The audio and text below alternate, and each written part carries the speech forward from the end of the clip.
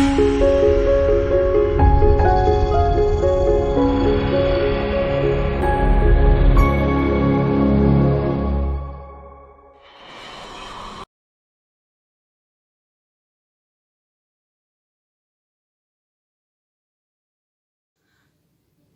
जब इंटेलिजेंस की बात करते हैं तो हम ज़्यादातर ये सोचते हैं कि इंटेलिजेंस का मतलब सिर्फ आईक्यू होता है, जिसका नाम इंटेलिजेंस कोशेंट है।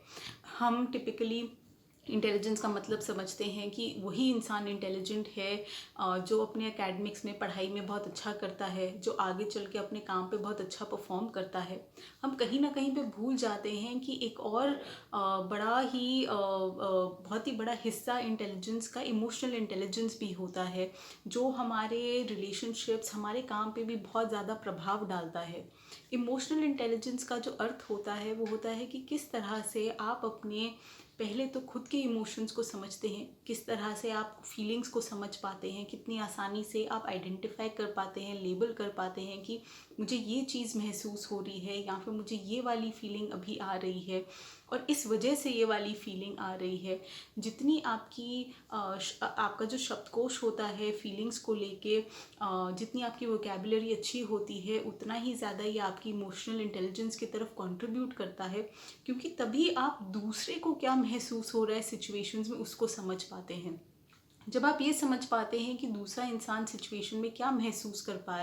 कर रहा होगा, तो आप अपने बिहेवियर को उसके हिसाब से चेंज कर सकते हैं। यही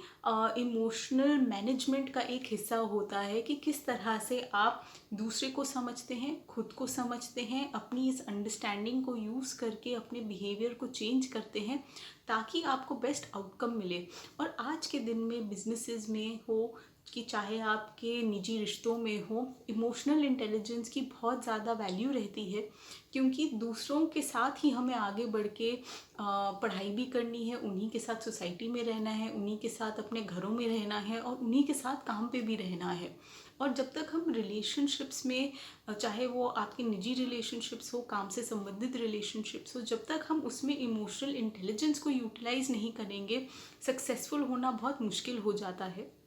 बहुत ज़रूरी है कि आप ये वाली जो स्किल्स हैं इनको अपने अंदर इनकलकेट करने की कोशिश करें। उसके लिए कुछ बहुत आसान चीज़ें होती हैं। पहली चीज़ तो ये होती है एक्सेप्ट कर पाना कि हमें अलग अलग सिचुएशंस में अलग अलग तरह की फीलिंग्स होंगी। उन फीलिंग्स को आपको रिजेक्ट नहीं करना चाहिए, कभी अच्छी आएंगी कभी बुरी आएंगी।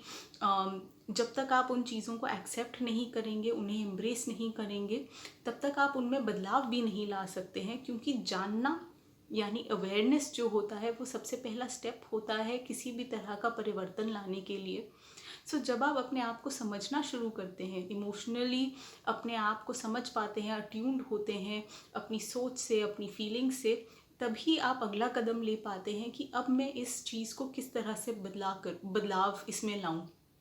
वो बदलाव लाने के लिए आप ये भी समझ पाते हैं कि क्या सोच है या क्या सिचुएशन है, इसका क्या हिस्सा है जो मुझे ये फीलिंग मेरे अंदर क्रिएट कर रहा है, तो आप उसमें फिर चेंजेस ला पाते हैं। एक स्ट्रक्चर्ड अप्रोच के साथ आप अपने आप को, अपने बिहेवियर को मैनेज कर पाते हैं, आप सिचुएशंस के आउटकम्स को मैनेज कर पाते हैं, और उसी तरह से आप और रिलेशनशिप्स में ये वाली अंडरस्टैंडिंग को अप्लाई कर पाते हैं, जिससे कि दूसरे के साथ आपका जो संबंध है वो काफ़ी ज़्यादा स्ट्रॉन्ग हो जाता है। दूसरे को लगता है कि आप उनको समझ रहे हैं, आपको समझ आ रहा है कि उनको क्या चीज़ें तकलीफ़ दे रही हैं, क्या चीज़ें उनके लिए ज़रूरी है, इम्पॉर्टेंट है, और उससे जो है आपके रिलेशनशिप की जो क्वालिटी है बहुत अच्छी हो जाती है। तभी आप एक अच्छे लीडर बन सकते हैं, तभी आप एक अच्छे कोवर्कर बन सकते हैं, आप एक अच्छे मैनेजर बन सकते हैं। जो आपकी एस्पिरेशंस हैं आगे चल के, अगर आप एक अच्छे रोल मॉडल बनना चाहते हैं, एक अच्छे कॉलीग बनना चाहते हैं, तो इसके लिए ये इमोशनल इंटेलिजेंस की जो स्किल है इस पे काम करना बहुत ज़रूरी है आपके लिए।